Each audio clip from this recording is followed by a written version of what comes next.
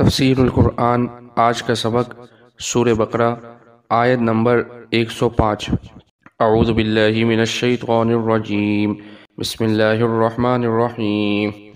ما يود الذين كفروا من أهل الكتاب ولا المشركين أن ينزل عليكم من خير من ربكم والله يختص برحمته من يشاء والله ذو الفضل العظیم۔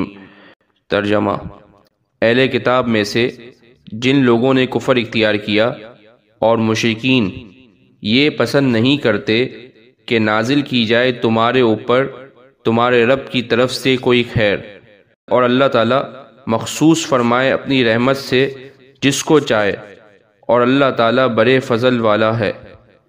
اس آیت مبارکہ کی تفسیر میں یہ بات لکھی ہے کہ جب مسلمان یہودیوں سے کہتے تھے کہ تم اسلام قبول کرو، محمد رسول اللہ صلی اللہ علیہ وسلم پر ایمان لاؤ، تو وہ کہتے تھے کہ تم جس دین کی طرف بلاتے ہو ہمارے دین سے بہتر نہیں ہے، اور ہماری خواہش ہے کہ تمہارا دین بہتر ہوتا تو ہم اس کا اتباع کر لیتے۔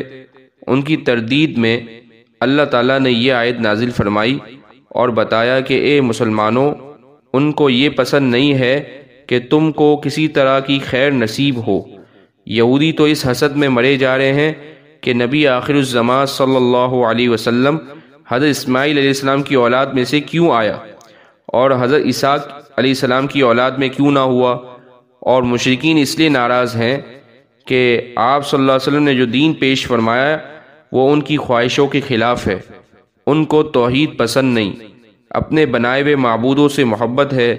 جب ان کی تردید کی جاتی ہے تو انہیں برا معلوم ہوتا ہے۔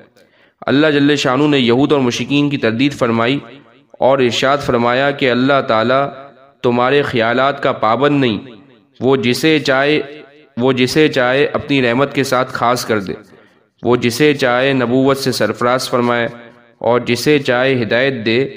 اس میں کسی کو اعتراض کرنے اور حسد کرنے کا کوئی حق نہیں۔